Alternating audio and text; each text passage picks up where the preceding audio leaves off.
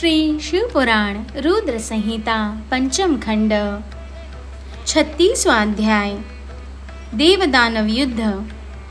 व्यास जी ने सनत कुमार जी से पूछा, हे ब्रह्मपुत्र, जब भगवान शिव का संदेश लेकर दैत्यराज शंखचूड़ का वह दूत वापस अपने स्वामी शंखचूड़ के पास चला गया तब क्या हुआ? उस दूत ने शंखचूड़ से क्या कहा और उस दूत से सारी बातें जानने के पश्चात दैत्यराज शंखचूड़ ने क्या कहा? हे महर्षि, कृपा करके इस संबंध में मुझे विस्तार से बताइए। व्यास जी के प्रश्न को सुनकर सनत कुमार जी बोले, हे महामुने, उस दूत ने अपने स्वामी शंखचूड़ के पास जाकर उसे भगवान शिव से हुई सारी बातें बता दी। शिव जी की कही बातों सुनकर शंखचूड़ और अधिक क्रोधित हो उठा और उसने अपनी विशाल दैत्य सेना को तुरंत युद्ध के लिए चलने की आज्ञा प्रदान की। दूसरी ओर भगवान शिव ने भी अपने गणों और देवताओं को युद्ध भूमि की ओर प्रस्थान करने के लिए कहा।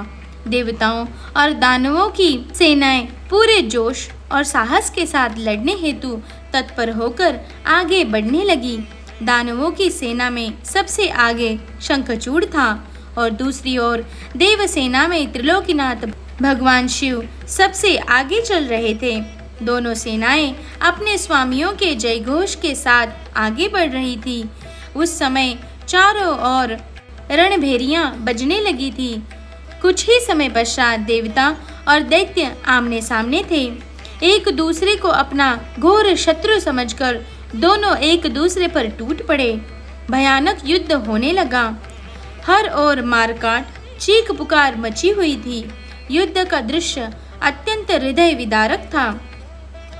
भगवान श्री हरि विष्णु के साथ दंभ, कलासुर के साथ कालिका, गोकर्ण के साथ हुताशंतो, कालिंबिक के साथ वरुण देव का युद्ध होने लगा।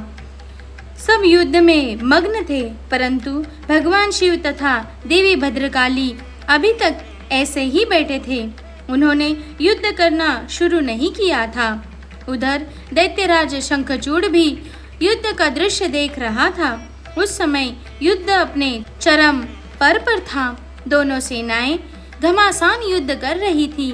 सभी बड़ी वीरता से लड़ रहे थे और युद्ध में अनेक प्रकार के आयुधों का प्रयोग कर रहे थे। कुछ ही देर में पृथ्वी कटे मटे और घायल योद्धाओं से पट गई।